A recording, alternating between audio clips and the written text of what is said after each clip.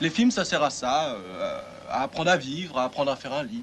Bonjour à tous et bienvenue sur Ouvert pour Inventaire. Bonjour Louis. Hello. Bonjour Alénis. Bonjour. Et bonjour à toutes et tous. Et c'était parti, c'était dit, c'est maintenant. Nous commençons notre cycle de 4 films sur le cinéma américain des années 50. Ça, on le fait de plus. Je comprends pas pourquoi. On le fait de dire des trucs en même temps. Parce qu'on trouve que c'est ça, c'est bien, c'est léger, ça prouve qu'il y a une vraie connivence autour de cette table dans ce studio sombre. Pour lancer cette... Non, il fait très beau aujourd'hui. Pour lancer ce cycle, nous allons débuter avec un film peu connu, qui s'appelle Fenêtre sur cour, ce film de Jeff Bleckner avec Christopher Reeve et Daryl Hannah. Voilà, j'avais préparé cette blague, mais évidemment non, c'était une plaisanterie, il ne s'agit pas du remake que personne n'a vu parce que ça va être une grosse bouse, mais du film d'Alfred Hitchcock sorti en 1954. Bon, oui, le pitcher. Alors, on le pitch très très vite. Et puis, Louis, tu nous feras une petite, si tu veux, si tu as quelque chose. Ouais, rapidos. Voilà, petit contexte. Voilà.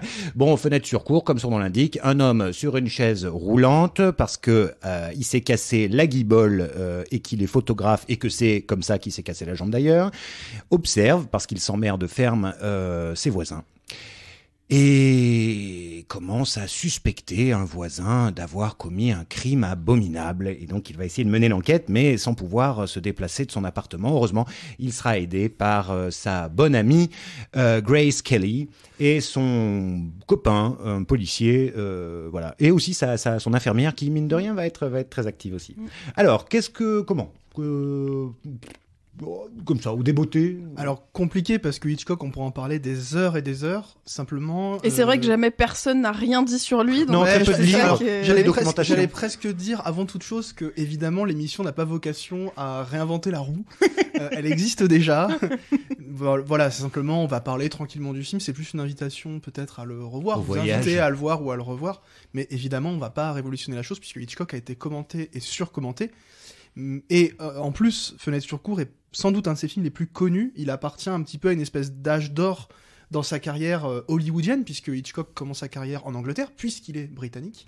Il va commencer dans le muet, il va réaliser quelques films muets assez importants, et ensuite il va partir à Hollywood faire des films. Juste pour vous situer, les quelques films qu'il fait avant, on trouve notamment La Corde et Le Crime était presque parfait, et dans la foulée de Fenêtre sur cour, il va faire Vertigo, La mort aux trousses et Psychose. Ouais. Et ça, c'est juste... dans les années 60, pour vous situer juste sur cette décennie, La Corde c'est 48, bien belle période, 10 ans avant. Donc on l'appelait déjà le GOAT. Voilà, exactement. Et donc au moment du tournage du Crime était presque parfait, il y a son agent qui va en fait signer un contrat avec la Paramount de 9 ans, et du coup il se retrouve plus ou moins amené à travailler pour eux, et dans le contrat, en réalité, on va plus ou moins lui imposer une nouvelle, qui s'appelle It Had to Be a Murder. J'aime bien ce titre parce qu'il indique déjà quelque chose de l'intrigue. Et donc de cette nouvelle, il va tirer un scénario qu'il va coécrire avec John Michael Hayes, qui est un ancien journaliste, et comme souvent le faisait Hitchcock, il faisait appel à des scénaristes, il écrivait rarement seul ses films. Et il faut savoir d'ailleurs que comme souvent aussi, ce scénariste va collaborer avec lui sur d'autres films après. Donc, dans les éléments qui sont intéressants par rapport au scénario, on peut noter déjà l'utilisation d'un lieu unique qui en fait presque un huis clos, ce qui était déjà le cas dans La Corde. Donc, il y a une dimension qui peut paraître théâtrale, mais on en discutera. Et en même temps, il insuffle quelque chose de très très cinématographique à l'intérieur de cet immeuble. Et donc, pour arriver à vraiment maîtriser cet espace particulier, il va faire construire tout le décor en studio. Donc l'appartement et la cour sur laquelle donne l'appartement ont été construits en studio, ce qui va évidemment faciliter le travail et aussi compliquer certaines choses puisqu'il faut tout maîtriser de A à Z, et notamment la lumière, puisqu'il n'y a pas de lumière naturelle. Et donc j'ai lu un peu en préparant l'émission que il y avait tellement besoin de lumière qu'ils avaient un peu en urgence réquisitionné toutes les lumières, tous les spots qui n'étaient pas utilisés dans les studios par d'autres films. Et donc c'est un des films les plus éclairés à l'époque dans les studios de la Paramount. Puisqu'ils vont vraiment réquisitionner, ils vont faire une espèce de descente pour récupérer du matériel. Et c'est pour ça qu'il fait chaud en fait, non? Sans doute, ça doit participer à ça, puisque ça se passe l'été et le film commence sur un thermomètre d'ailleurs, et on nous indique qu'il fait très chaud. Donc le film va être un grand succès à sa sortie, critique et public. Il va recevoir 4 nominations aux Oscars, ce qui à l'époque avait de l'importance, beaucoup plus qu'aujourd'hui. Et il va être bien reçu par la critique, même si on va aussi lui reprocher sa noirceur et son propos, aujourd'hui on dirait peut-être problématique sur le voyeurisme. Et en parlant de critique, ça me permet de rappeler simplement, pour terminer là-dessus, l'importance des cahiers du cinéma en France par rapport à Hitchcock, puisque aux États-Unis et même en Europe, Hitchcock a longtemps été considéré plutôt comme un cinéaste de série B, comme un cinéaste de petits polars, un peu parfois qu'on considérait comme assez vulgaire, un peu facile. Et ceux qui l'ont beaucoup défendu, notamment en France, c'est les cahiers du cinéma, donc notamment Truffaut, Chabrol, Romer, etc. Godard aussi. Et Truffaut qui va même consacrer un ouvrage que je vous conseille d'ailleurs, qui s'appelle Hitchcock-Truffaut, tout simplement, qui est un livre de conversation entre les deux cinéastes, Truffaut étant plutôt à ce moment-là dans la position du critique. C'est un livre absolument passionnant, et il parle notamment de Fenêtre sur cour. Donc film très, très important dans la carrière d'Hitchcock, et sans doute aussi un des plus jouissifs. Très, à la fois très divertissant, très intelligent et très agréable à découvrir ou à redécouvrir. Moi, personnellement, j'ai eu la chance de le redécouvrir en salle à l'Institut Lumière à Lyon, qui est vraiment à côté de pas très loin de chez moi. Et dans cette salle qui est en plus très agréable pour mater des films. Et vraiment, de le voir en salle, d'être obligé de rester concentré sur le film du début à la fin, ça... Il y a tout le travail du suspense qui fonctionne super bien, et c'était vraiment un moment très agréable. Je suis très contente de l'avoir revu. Je sais pas si vous, ça faisait longtemps que vous l'aviez vu ou pas. Moi, ça faisait 15 ou 20 ans que je l'avais pas revu, et je l'ai vu là pour cette semaine, là, je sais plus quand, hier. Je l'ai vu hier. Et j'avais j'avais un peu peur de me... C'est toujours pareil avec les trucs qu'on a bien aimés, on a un bon souvenir, on se dit, putain, maintenant que je vais le revoir, je vais trouver ça chiant, ou mal fait, ou un peu grossier, ou les trucs qui marchaient. Et en fait, rien de tout ça. J'ai trouvé ça 15 fois mieux que dans mon souvenir. Il y a rien à jeter. Pour le coup, c'est vrai que je le dis pas souvent, mais là, c'est vraiment une main de maître. Enfin, ça, c'est un peu évident de le dire, mais les acteurs sont super. C'est écrit au cordeau. Enfin, je veux dire, c'est aussi les dialogues qu'on fait plus maintenant, hein, parce qu'on trouverait ça pas assez réaliste, tout ça. Mais donc, c'est super bien écrit. Je veux dire, quand ils se parlent, c'est toujours, ça envoie du lourd. Et puis, c'est vrai qu'en termes de maîtrise du temps et du rythme, quoi. Ouais, en fait, avec pas grand-chose, et c'est ça qui est fou, il arrive vraiment à nous tenir en haleine, juste avec ses longues focales, où il peut rester 2 minutes à filmer un type qui fait rien, enfin, qui fait quelque chose, on n'entend pas ce qu'il dit, puisque c'est trop loin, et qu'on est censé voir par le téléobjectif, et ça marche, et même pas, j'ai allumé Instagram, je crois, pendant que je regardais le film. Donc, non, mais c'est fou, parce que, oui, je m'attendais à ce que ça traîne en longueur, ce qui fait quoi, 1h40, 1h2 presque 1h50. Ouais, voilà. Donc, on se dit, on va s'emmerder, c'est quoi, c'est du théâtre filmé, qu'est-ce que c'est que ce truc? Et en fait, c'est du vrai cinéma, quoi. Et d'ailleurs, Hitchcock lui-même disait que c'était peut-être son film le plus abouti de ce point de vue-là, celui qui correspondait peut-être le plus à l'idée qu'il se faisait de ce qu'est en propre le cinéma, puisque dans cette période justement des années 50, on va pas, il y a une thématique qu'on développe sur plusieurs films, on va pas parler de manière générale de pourquoi les années 50 sont importantes. Simplement, d'une part, c'est peut-être un moment où Hollywood arrive un peu à son paroxysme en termes d'aboutissement du classicisme, c'est-à-dire vraiment d'un cinéma de qualité, entre guillemets, où vraiment on essaye de faire les films les plus aboutis possibles, et aussi l'idée, j'en parlais rapidement pour Die Hard, je crois, ou Police Story, l'idée de la transparence. C'est-à-dire qu'en fait, le but d'un film hollywoodien, c'est de faire plonger le spectateur dans un univers, et le travail du cinéaste, c'est de lui faire oublier qu'il est en train de regarder un film. Et en fait, Hitchcock, pourquoi il est moderne? Parce qu'il est un peu entre les deux, en fait. C'est-à-dire que d'un côté, effectivement, c'est assez impeccable en termes d'écriture, de mise en scène, etc. On se plonge très facilement dans le film. Et en même temps, il y a un jeu perpétuel d'aller-retour avec le spectateur, parce que moi, pour moi, ce qui rend passionnant Fenêtre sur cour, c'est que je crois que c'est un des films qui appelle le plus en fait l'analyse en tant que spectateur, mais de la manière la plus ludique imaginable, parce qu'en fait, il y a 2 scénarios qui se croisent et se nourrissent l'un l'autre sans cesse. C'est le scénario policier et le scénario théorique. C'est-à-dire que le scénario policier, c'est effectivement un homme qui croit assister à un meurtre, et on ne sait pas, et lui-même ne sait pas vraiment si c'est son imagination ou si le faisceau d'éléments disparates dont il dispose permettent de converger vers l'affirmation d'un meurtre, parce qu'en fait, il a juste des bribes d'éléments, mais il lui manque l'essentiel, c'est-à-dire d'avoir assisté au meurtre. Il n'a que la périphérie de ça. Et le scénario théorique, on reprend la même idée, sauf que cette fois-ci, on l'applique à nous en tant que spectateurs. Et ça pose une question assez fondamentale, qui est finalement de s'interroger sur une image. Est-ce qu'elle ment? Est-ce qu'on peut faire confiance à une image? Et a fortiori de s'interroger sur qu'est-ce que ça signifie voir Et en tant que spectateur, c'est une question importante. Et en plus, ce que semble dire Hitchcock, c'est que à travers son personnage, le fait même de voir la position de spectateur implique une responsabilité. Et le film recoupe ça avec le scénario, puisque c'est ce qui amène le personnage joué par James Stewart dans une situation problématique, c'est que lui pense que son statut de simple spectateur n'amène aucune forme de responsabilité. Alors qu'à la fin, on va pas tout dévoiler, mais au contraire, ça se retourne contre lui et il se rend compte que le fait d'avoir regardé, en réalité, a des conséquences. Et oui, ça l'a mis dans la boucle, enfin ça l'a mis dans le... Et ben en fait, il faisait partie de ce qu'il regardait finalement. Et oui, obligatoirement. Et du coup, t'as un jeu comme ça, il y a une espèce de circulation entre le personnage, le point de vue de la caméra et le spectateur. Et je trouve intéressant aussi de noter que la caméra reste presque tout le temps dans l'appartement. Il y a une séquence notamment autour d'un chien, on n'en dit pas trop plus, où la caméra... Vraiment, mais de manière presque, on s'en rend quasiment pas compte. Hein. Elle sort de l'appartement, mais sinon tout est à l'intérieur de l'appartement, presque comme si l'appartement lui-même agissait comme une caméra qui filmait du coup un espace. Enfin, il y a un côté très méta cinéma. On a l'impression vraiment. D'ailleurs, ça s'ouvre quand même, c'est assez formidable. Hein, sur les rideaux qui s'ouvrent. Les stores, oui. Et la caméra, on pourrait se dire que c'est un peu théâtral. C'est vraiment le rideau qui s'ouvre sur une scène théâtrale, sauf que là, qu'est-ce qui se passe? La caméra plonge dans le décor, et là, on a des mouvements qui nous permettent justement tout de suite d'avoir ce truc de on va avoir plein de petites scénettes mais qui sont rendues possibles par le fait que le cinéma peut focaliser, on peut changer de point de vue, on peut s'arrêter, et il y a un jeu, on pourrait en parler des heures, mais sur les focales, sur les gros plans, sur la notion de champ contre champ, c'est une espèce comme ça de glossaire du cinéma appliqué à un récit policier qui en même temps nous raconte quelque chose sur le regard, un truc qui est très théorique, qui pourrait être très chiant, et en fait Hitchcock en fait un truc purement ludique, presque de manipulateur, parce qu'il joue sans cesse avec nos attentes. Il y a des choses que le personnage voit qu'on a mal vues, et il y a aussi des choses que le personnage ne voit pas et qu'on a vues. Notamment cette femme qui s'en va avec lui. Ça, c'est assez formidable. Et je terminerai juste en disant que le truc vraiment qui fonctionne sur ce jeu de regard, c'est le fait que finalement, on a un décor avec donc toutes ces fenêtres. L'appartement du potentiel tueur se compose de 3 fenêtres. Et à peu près tout ce qui se passe de déterminant se passe entre les 3 petites fenêtres.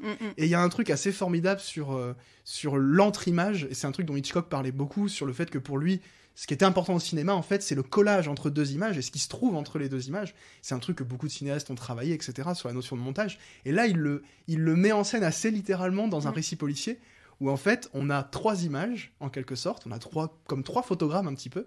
Et en fait, c'est le raccord entre c'est dans le raccord entre ces images que se trouve la vérité, et ça se substitue toujours à notre regard. On n'y a pas accès.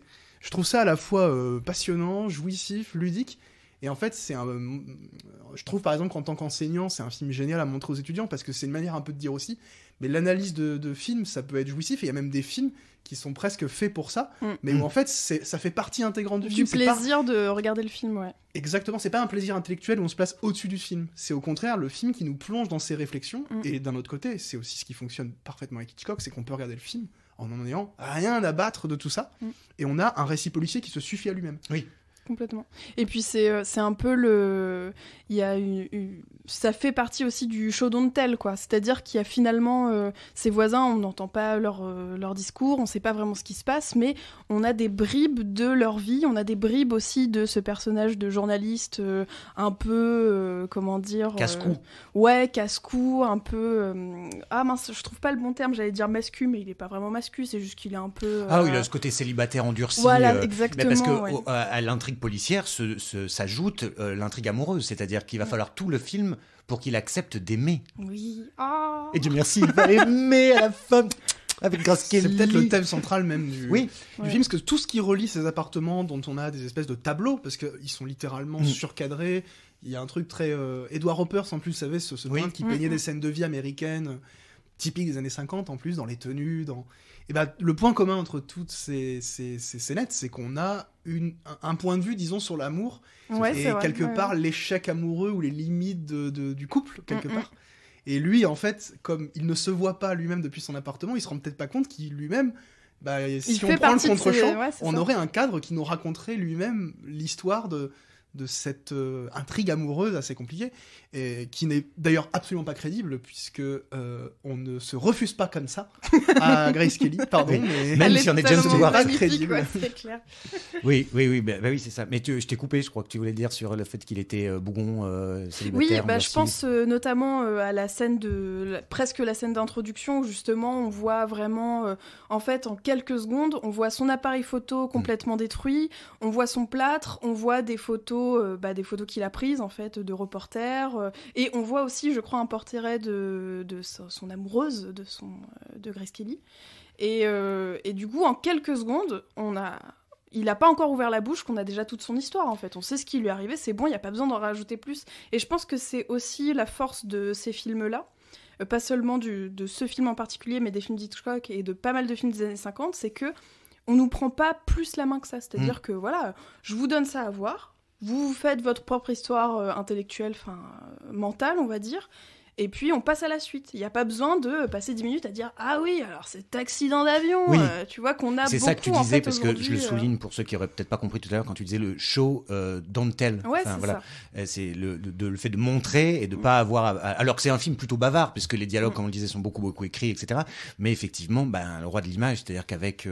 et puis la deuxième partie le montrera, c'est-à-dire qu'on n'a pas accès à ce que le personnage dit, enfin le potentiel tueur au téléphone, etc. Donc on voit. Et là, oui, avec ce début, je crois qu'il y a... Parce que je l'ai lu hier, donc je fais le malin, parce que j'avais pas forcément fait gaffe, mais il y a une photo où on voit un accident d'une voiture de sport et une roue qui arrive comme ça au premier plan, et visiblement c'est ça la raison de son plâtre. Donc effectivement, juste avec des images, et c'est vrai que c'est tout l'intérêt d'avoir des réalisateurs qui sont passés au parlant en ayant fait du muet aussi. Exactement. C'est ça, c'est toute la force de ce cinéma-là, quoi. Qu'on oublie quand même. D'ailleurs, je vais pas reboucler ce que ça va répéter, mais ça, il en parle très précisément dans les entretiens avec Truffaut, où il explique justement qu'il aurait très bien pu, au début, construire un dialogue artificiel avec l'infirmière qui lui demande « Ah, qu'est-ce qui vous est arrivé ?» Il a dit non, finalement, dans un mouvement d'appareil, d'un côté, j'évacue ça très vite, parce que c'est pas forcément central, et en plus, en fait, ça dit beaucoup plus sur le personnage. Sur notamment son caractère aventureux, le fait que ce soit un peu un casse-cou, quoi, en fait. Ce qui, d'ailleurs, pareil, n'est pas très crédible, parce que James Stewart, on y croit, avec le recul assez moyennement, mais bon, là, on prend du recul. On a envie d'y croire. Mais on a envie d'y croire. Et le fait que ce soit un photographe, c'est assez génial aussi. C'est un homme d'image, quoi. Ouais. C'est quelqu'un qui fait des images et qui, a priori, sait ce qu'est une image. Et lui-même va être piégé, en fait, par le fait que... Tu parlais dans les années 50, en fait, où ce qui va être important, c'est que d'un autre côté, on va faire confiance aux images. C'est-à-dire qu'on comprend que les images ont une puissance, ont même des puissances. Elles permettent de montrer, et même au-delà de ce qu'elles montrent, d'avoir des espèces de profondeur comme ça, où il y a au-delà de ce qu'on voit, il y a quelque chose. Et d'un autre côté, il y a un peu souvent des récits qui tournent autour de la méfiance. Alors ça reviendra pas forcément, quoique, dans les films dont on va parler, mais là chez Hitchcock il y a vraiment ce truc, quoi, de la méfiance. Il faut se méfier des images, quoi. C'est clair. Et je sais pas s'il y a vraiment des films précurseurs de ça. J'ai un peu l'impression que c'est on va dire, une encre. Et il y a beaucoup de films qui vont se construire autour de ça, et autour notamment du voyeurisme, de l'image incomprise ou incomplète. Ça va être très repris dans les années 70 avec la paranoïa des années 70, des théories du complot, les films de Pakula, de Palma évidemment, qui a d'Hitchcockien beaucoup plus ça d'ailleurs que uniquement les reprises de motifs. Il y a certains films de Palma qui sont presque des compilations de remakes de films de Hitchcock. Mais oui, il y a ça en germe, en tout cas toute une réflexion autour de l'image qui va trouver quelque chose de très actuel par la suite et qui aussi est très américain en fait. C'est pour ça que c'est intéressant de le mettre en lien avec le reste d'autres films dont on va parler. Il y a un truc très américain en fait sur... quelque part, un pays qui s'est construit beaucoup sur l'image, sur la représentation qu'il se donne de lui-même, et des limites que ça peut finir par atteindre, parce que quand il y a une image, il y a nécessairement aussi son hors-champ. Il y a nécessairement ce qu'il y a autour qu'on ne voit pas, qu'on suggère, et la suggestion peut amener à de la confusion. Et de toute manière, dans le travail d'analyse que fait le personnage de James Stewart, il y a aussi l'interprétation, et c'est cette interprétation de ce qu'il y a en dehors de ce qu'il a vu, de ce que l'image n'a pas su lui donner, qu'il va y avoir le doute et le récit policier. Et d'ailleurs, en ce sens, moi je me souvenais pas de la fin parfaitement, et en fait, du coup, ce qui était cool, c'est que tout le film, j'avais un doute, je me disais, mais je sais plus à la fin si on boucle sur ce qu'on attend ou pas. Et c'est là où le film est étonnant, parce qu'en fait, il nous donne ce qu'on attend de manière logique, mais qu'on se met à remettre en doute, parce qu'on se dit, non, mais ça peut pas être ça, c'est trop gros. Et en fait, le film est étonnant dans sa logique, finalement, implacable, où finalement, quelqu'un de très rationnel trouverait le film absolument pas surprenant. Il dirait bah oui, c'était évident. Ouais, Alors qu'en fait, oui. ce jeu avec le doute, il nous retourne un peu le cerveau. Oui, parce que la fin n'est pas claire. Hein. Elle est surtout est très expéditive en plus. Oui, elle est explicite sans être. Alors oui, parce que moi je sais pas. Enfin, le mec est arrêté, très bien. Mais il y a cette histoire de finalement. En fait, c'est pas tant que bon, sa femme est morte quoi. Mais hein. Qu'est-ce que c'est? J'adore ce spell. Bon, sa femme est morte, quoi. Voilà. Non, mais de toute façon, les c'est un mecs, le film est de 54. Bon, allez chier quoi. Mais surtout, non. Si tu veux pas chier dans une émission. Bah, merde. Non, mais parce que non, mais je pose la question parce que. Il y a le flic qui lui dit en fait c'est là-haut, etc. Et il y a des choses dont on n'aura pas l'explication. C'est-à-dire les sorties nocturnes, la première nuit où on fait attention à ce voisin, où il fait 3 fois l'aller-retour avec sa mallette, on ne sait pas pourquoi. De même qu'on ne saura jamais qui est la femme qui est partie avec vrai. lui. Ouais, tout à fait. On veut bien imaginer quelqu'un d'autre qui s'est fait passer pour sa femme. Ce serait plus ou moins sa son maîtresse. amant, ouais, on comprendrait. C'est Un pour peu ça que les complice, bijoux, il y a une récupération des bijoux, etc. Mais c'est quand même vite torché cette histoire. En fait. Oui, alors c'est de la suggestion dans ce qu'on a déjà en tête, parce qu'à un moment elle dit qu'il faudrait aller voir du côté de Lee Straver. Et en fait, il y avait déjà cette supposition qu'il avait découpé en morceaux, qu'il avait réparti les morceaux, et que c'est pour ça qu'il avait fait plein d'allers-retours. Et on nous dit aussi en gros qu'il a déplacé ce qu'il y avait sous les roses, puisque ça s'adresse plutôt à ceux qui ont vu le film, hein, parce qu'on fait exprès de pas être trop explicite pour ceux qui ne l'auraient pas vu, parce qu'il faut quand même pas trop déflorer l'intrigue. Mais voilà, il aurait déplacé les fleurs, Oh, j'ai pas fait exprès. Écoutez, je suis brillant sans le savoir. Ouais, bien sûr, c'est admirable. Mais oui, c'est explicite sans être explicité, je sais pas comment dire. C'est assez clair, parce qu'au final, on nous fait comprendre que tout ce qu'on pensait comme étant vrai, au fond, l'était quand même plus ou moins. Ouais. Mais cela dit, ça peut participer même au trouble du film, ou pour certains, peut-être que ça se termine en disant, mais attends, mais du coup, en fait, est-ce que c'est bien ça ou pas? Mais ça, c'est chouette aussi, tu vois, c'est un truc qu'on retrouve pas beaucoup, ou alors de façon très maladroite, le fait de pas avoir tous les dénouements, quoi, finalement. En sortant du film, de se dire « Ah, mais ça, du coup, qu'est-ce qui s'est vraiment passé ?» De pouvoir l'imaginer comme ce que t'imagines au tout début du film, en mode « Ah, il a dû avoir un accident et tout. » Enfin, tu vois, je trouve que dans les films d'aujourd'hui, soit il y a tous les dénouements, voire parfois de façon très maladroite ou un peu bébête, soit il en manque certains, mais tu sens que c'est pas pour qu'en tant que spectateur tu puisses te faire l'histoire de ce qui s'est passé, mais plutôt en mode on a un peu mis ça sous le tapis, tu vois. Donc là, je trouve que ça donne plutôt l'aspect de tu peux quand même t'imaginer tout ce que le mec a mis en place pour justement découper sa femme, finalement. On s'arrête au début d'autre chose, ça se termine sur le début de l'enquête, quelque part. Parce que on peut imaginer que le film aurait... Ouais, d'ailleurs c'est assez formidable ce moment où elle trouve l'alliance de la femme, c'est vraiment presque le dernier indice de dire non, elle est pas partie en vacances, elle ferait passer son alliance sinon, et que quand elle met l'alliance, elle résout l'enquête et elle résout son problème de couple quelque part. Sûr. C'est assez génial quand même. Oui, l'alliance. Oui, elle s'auto-met la bague au doigt cette manière qu'Hitchcock a toujours d'arriver à faire 2 ou 3 choses en même temps. C'est un film théorique et un film policier, parfaitement les deux, et l'intrigue amoureuse et l'intrigue policière vont se résoudre plus ou moins dans le même geste. C'est quand même assez formidable. Ouais, il est fort. Oui, non, c'est quand même très balèze. C'est pour ça que je pense que ça mérite de se voir et de se revoir et de se revoir. Et il y a beaucoup de choses qui ont été évidemment écrites dessus. On a fait que, aller très vite. C'était plus pour vous donner envie de le voir. Mais ou de le revoir, vraiment, parce que ça n'a pas pris. Puis on n'a pas parlé de toute la dimension psychanalytique, sur l'impuissance, etc., qui souvent peut être un peu pénible, mais Hitchcock était fan de psychanalyse, donc il y a tout un truc sur le fait qu'il peut pas bouger, la jambe dans le plâtre.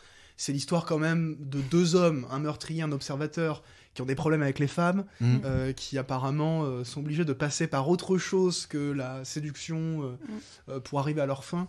Il y a tout un truc un peu psychanalytique, ça on n'en a pas parlé, mais pour ceux que ça intéresse. Puisque ce que je trouve bien, c'est que, et c'est là qu'il réussit, je pense qu'il réussirait même presque le passage en 2023, où maintenant on censure, on cancel à peu près tout. C'est-à-dire que le fait qu'il y ait cette femme, cette jeune danseuse, qui s'offre quand même régulièrement à moitié nue, en train de danser et compagnie, je vois très bien d'ici, alors il y aurait tout un tas de critiques. La danseuse, c'est sa voisine d'en face. Sa voisine d'en face, oui. Juste, Alors évidemment, on nous dirait, vous voyez, c'est le regard libidineux de l'homme sur machin, etc. Et en même temps... il y a toujours des répliques assez intelligentes qui montrent bien qu'on va au-delà de ça. Quand, par exemple, je sais plus, je crois que c'est Grace Kelly, je crois, qui dit quelque chose du genre, elle est en train de dompter les loups parce qu'il y a des hommes chez elle. C'est le point de vue d'une femme sur une autre femme et qui comprend ce qu'une femme doit faire pour pouvoir aussi s'émanciper d'une certaine manière. Et je trouve que c'est intelligent, même dans les années 50, parce qu'aujourd'hui, on aurait tout fait de déconstruire ça encore et de dire, ah ben voilà, la femme, elle est forcément objectivée, elle est machin, elle est truc, mon cul. Et non, mais parce qu'il y a des moments où c'est très énervant. Il y a des moments où vraiment c'est un truc pour empêcher les choses de fonctionner. Et justement, là, c'est plus intelligent que ce qu'on pourrait croire. Et puis même, on peut le dire aussi, parce que là, on n'aura peut-être pas le temps de l'aborder, mais sur la question du voyeurisme, je veux dire, bien sûr que c'est beaucoup plus vaste que ça. Et finalement, cette jeune femme, elle danse, les hommes la regardent, et les hommes la regardent. Alors oui, avec un peu de désir, mais aussi avec un peu une sorte de sourire presque plus amusé que véritablement libidineux. Donc preuve aussi que les hommes sont pas forcément tous des cochons. Je trouve que c'est pas mal parce que voilà, forcément Hitchcock, il avait aussi une réputation. Voilà, les femmes et compagnie. Mais ça, c'est différent parce que c'est plus concret aussi. C'était dans son rapport au travail avec les actrices. Et puis t'as aussi cette résolution en fait de cette voisine qui à la fin retrouve son compagnon qui est parti à la guerre ou un truc comme ça, je crois, un militaire qui revient. Et du coup, tu comprends que oui, en fait, elle se débrouille pour vivre en attendant qu'il revienne et tout. Ouais, moi, je trouve que c'est vraiment c'est intelligent. Puis c'est intelligent. En fait, c'est pas j'ai pas d'autres mots, mais c'est mignon en fait la façon dont c'est fait. C'est vraiment t'as un côté presque attachant. En fait, t'es attaché de toute façon à tous ses voisins, quoi. Donc ouais. Je sais pas. Je sais pas pourquoi je parle. J'ai rien à dire. Non, mais parce qu'on voit bien en fait qu'on manque cruellement de temps là pour le coup, parce que on aurait pu parler de la femme seule qui voudrait suicider, qui finalement est sauvée par la musique du compositeur tout seul. Les choses se répondent et il y a des résolutions. Toute la musique du film est intradigétique, c'est-à-dire qu'en fait, elle est émise par l'appartement d'un compositeur. Et en fait, parfois, il va jouer de la musique ou mettre un disque qui va correspondre à l'atmosphère de ce qu'on nous raconte. Pareil, ça c'est une idée assez... C'est brillant. C'est assez brillant, c'est clair. Il y a plein d'histoires dans le film. Toutes ces petites vignettes finissent par composer une espèce de bande dessinée. Ouais. Et on pourrait même compléter, parce qu'il y a des histoires qui bouclent pas, enfin, où on n'a eu qu'un aperçu. La fenêtre de gauche, là, avec ce type qui ouvre souvent son rideau, qui fume une clope, on entend quelqu'un. On ne sait pas trop ce qui arrive à ce couple-là. Enfin, il y a des choses qui sont anecdotiques, comme ça, il faudrait presque faire un film sur eux, puis sur eux. Il faudra aller chercher, justement, tous ces hors-champs, tous ces hors-cadres qui, l'absence d'image nous raconte aussi quelque chose, quoi. C'est ça. Et c'est vrai que je pense que c'est dans cette mouvance qu'il va y avoir le blow-up d'Antonioni dans la décennie qui suit, quoi, qui est finalement tout à fait. Ça fait partie de ces films-là, justement, et c'est pas étonnant d'ailleurs que Blow-up soit repris en Blowout par De Palma. Il y a une obsession sur l'image, ses limites, ses trahisons. Et puis le son, ensuite. On est arrivé à une telle apogée du cinéma hollywoodien qu'on a compris ce que pouvait faire le cinéma, et maintenant on s'interroge sur mais qu'est-ce qu'il ne peut pas finalement, ou en tout cas quelles sont ses limites. Il y a vraiment un truc sur la croyance, en fait, sur la foi dans l'image, qui est remis en qui rentre en crise quelque part. Ouais. En tout cas, c'est vraiment. On vous conseille vraiment de le découvrir ou de le redécouvrir. C'est un vrai beau film et bon film. Et voilà, moi, ça remet en question aussi pas mal les films récents qu'on peut voir, qui sont souvent au mieux. Enfin, j'exagère, il y en a des très très bons, mais il y a quand même beaucoup de films qui sont divertissants, point final, voire même plutôt désagréable à regarder, alors que on se rend compte qu'en fait c'est là, quoi. Faites des bons trucs, montrez-le à vos ados. oui. Donc voilà, moi en tout cas vraiment je vous conseille de le revoir. C'est vraiment même plusieurs années plus tard, ça reste un très bon film, très agréable à regarder, et malgré l'aspect classique qui peut peut-être en rebuter certains. Ouais, faut passer parce que franchement c'est un régal. Complètement, voilà. Bien, il nous reste que 1 minute 30 à peu près. Je ne sais pas si vous en aviez. Moi, j'avais une petite recommandation à faire. Ça prendra 2 secondes. C'est actuellement sur... je ne sais plus quelle plateforme, mais sur une plateforme Netflix peut-être ou Canal, adapté de Bergman, mais remis au goût du jour, Scène de la vie conjugale de Haggai Levy, j'imagine que ça se prononce comme ça. Alors, c'est de la bombe, je parle rarement des séries, c'est je crois 5 épisodes, avec Jessica Chastain, dont je suis amoureux, ça c'est comme ça, Oscar Isaac, dont je pourrais également être amoureux. Ça fait très longtemps que j'avais pas vu autant de sensualité et autant de véridicité, ou de vérisme, pour faire encore plus pompeux, sur la relation de couple. C'est magistral, c'est époustouflant, j'ai beaucoup d'amour, voilà. Très bien. Moi, j'ai une petite recommandation, mais alors avec beaucoup moins d'entrain, mais parce que c'est un peu méta, tu vois. Je me suis big-watché Only Murders in the Building, qui est une série disponible sur Disney+. Le titre évoque... Ouais, bah voilà, c'est vraiment, voilà, ça se passe dans un vieil immeuble, mais du coup très très classe de New-Yorkais ou un truc comme ça. Et c'est trois habitants de l'immeuble. Un soir, il se passe un meurtre et ils sont tous les trois fans d'un podcast justement d'une nana qui fait des trucs, enfin qui enquête sur des meurtres. Et eux vont lancer leur podcast dans leur immeuble pour enquêter sur le meurtre qui a eu lieu dans cet immeuble. Et comme on est dans un podcast et qu'on parle de... C'est machin avec Steve Martin, c'est ça? Oui, ça doit être ça, ouais. C'est divertissant, c'est pas incroyable, mais je trouve que voilà, ça reste... la musique du générique est très cool, mais Gaëtan, mon compagnon, ne peut plus l'entendre parce que comme je l'ai big-watché, voilà. À la fin, il n'en pouvait plus l'entendre. Les épisodes sont assez courts en plus, donc toutes les 20 minutes, il entendait le générique, ça l'a rendu fou. Mais voilà, c'est divertissant et puis c'est un petit peu dans la thématique.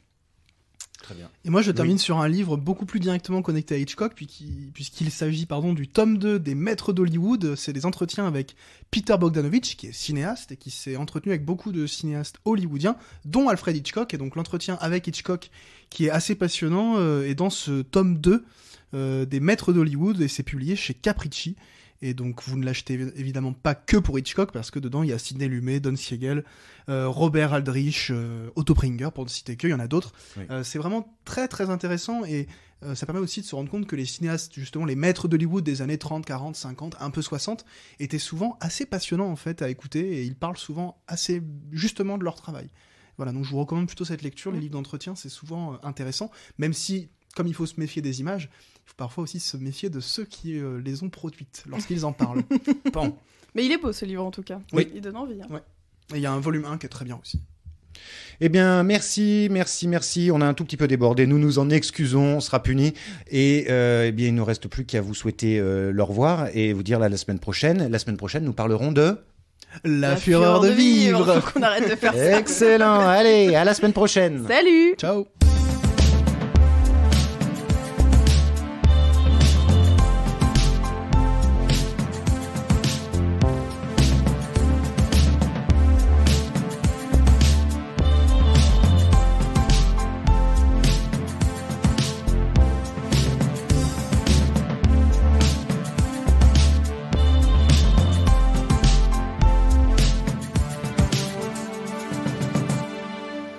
Les films, ça sert à ça, à apprendre à vivre, à apprendre à faire un lit.